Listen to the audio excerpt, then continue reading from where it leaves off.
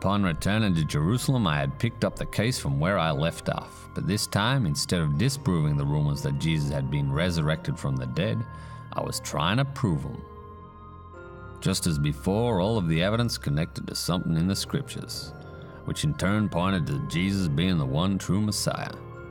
But I needed something more, some piece of irrefutable evidence with which I could convince Saul, my employer, that he, the Jewish council, the Roman governor, and Herod Antipas had all been wrong. Because if I couldn't, then I'd find myself rubbed out of the story altogether. Then the credits would roll and the adventures of Detective Joe Jaffa would be over. However, I had one more lead. 6 days before he was crucified, several eyewitnesses testified that Jesus entered Jerusalem riding on a donkey. A large crowd cut branches from the trees and spread them on the road before him. And the people shouted, "Hosanna to the Son of David."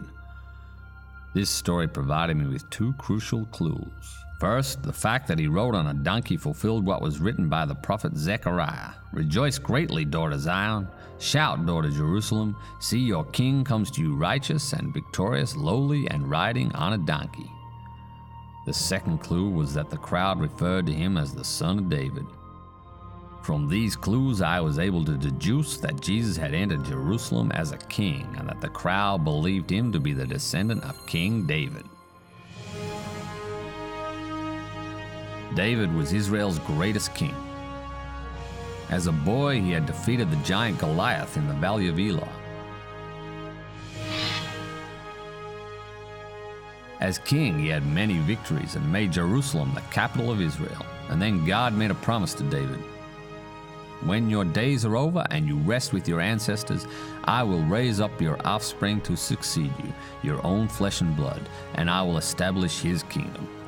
I will be his father, and he will be my son." In the law of Moses, instructions were left for the future kings of Israel. "Be sure to appoint over you a king the Lord your God chooses. He must be from among your fellow Israelites. He must not take many wives, or his heart will be led astray. He must not accumulate large amounts of silver or gold." But David could not keep to these laws, and he sinned against the Lord and fell from grace. And yet the Lord kept his promise.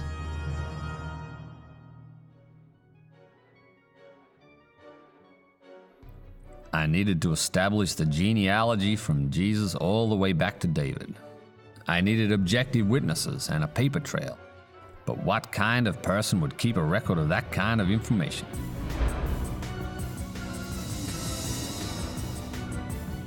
In the case files of my forefathers, here was the proof that Jesus was of David's line, and it kept going further and further into the past. Isaac, Abraham, Noah, Seth, and all the way back to Adam, back to where this case had begun, with the creation of the world. The loop was closed and the case was solved. Jesus was the Son of David, the Son of God, and he had been resurrected. Now I just had to give my employer the news.